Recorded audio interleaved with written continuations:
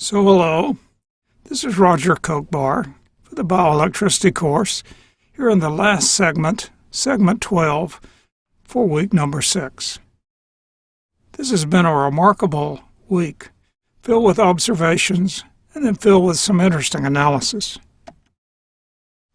We saw that in a whole fiber, not just a patch, but a whole fiber, a sub-threshold rectangular current stimulus produced an effect of voltage deflection at the stimulus, but nothing propagated. A student of mine once said, the way this whole system works is very simple. You put in a pulse, and it goes down the fiber.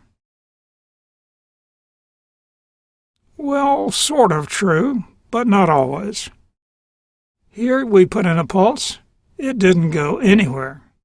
So certainly that thesis, put in a pulse and it goes down the fiber, is not always true.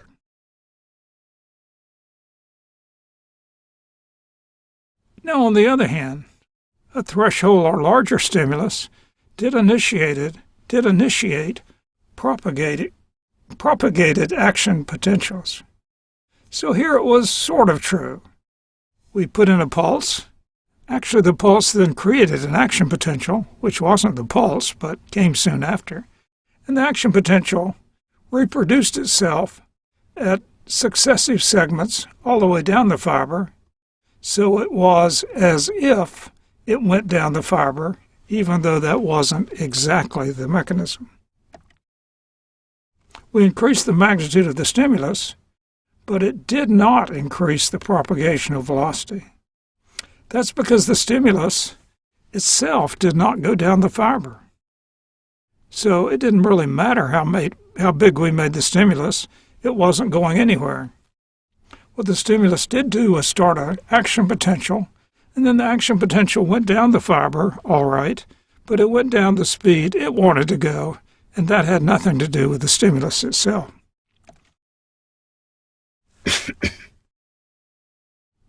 We saw that stimulating from both ends of the fiber caused excitation that went to the middle, and then everything stopped. Excitation did not pass through the middle and continue on thereafter in the fashion of water waves. We saw that the reason for that is that excitation was like lighting a match to a string of firecrackers. If you lit a match and started at both ends, pop, pop, pop, the firecrackers would go off until they reached the middle, but then they wouldn't go down to the ends again. They'd already used up all their stored energy, and that was true in the membrane as well. With respect to repeated stimulation, a very important functional attribute, we saw that stimuli at a 15 millisecond interval gave, with two stimuli, you had two action potentials, they both went down the fiber, everything was fine. But at an interval of 9 milliseconds, there was no action potential. So you can produce action potentials one after another, but only so fast. And we looked at the NMH gates within the fiber, the probabilities, and saw that these take a while to get back to rest, and that 9 milliseconds was just too close together, at least too close together for our stimulus size. Finally, we saw that velocity of propagation is higher in fibers that have a larger diameter, other things being the same. So assuming that a higher velocity is what you want to have as big a fibers as possible. We did note that big fibers do bring with them some disadvantages, so maybe you don't want that all the time after all.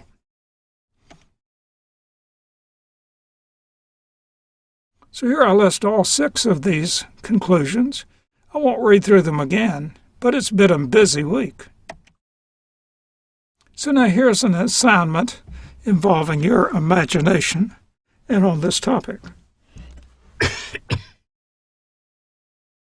Stretch out your hand, either your left hand or your right hand. Stretch out your hand. Now let your imagination run. Turn on your imagination here. Stretch out your hand and press your fingertips down against the table or chair or whatever you have in front of you.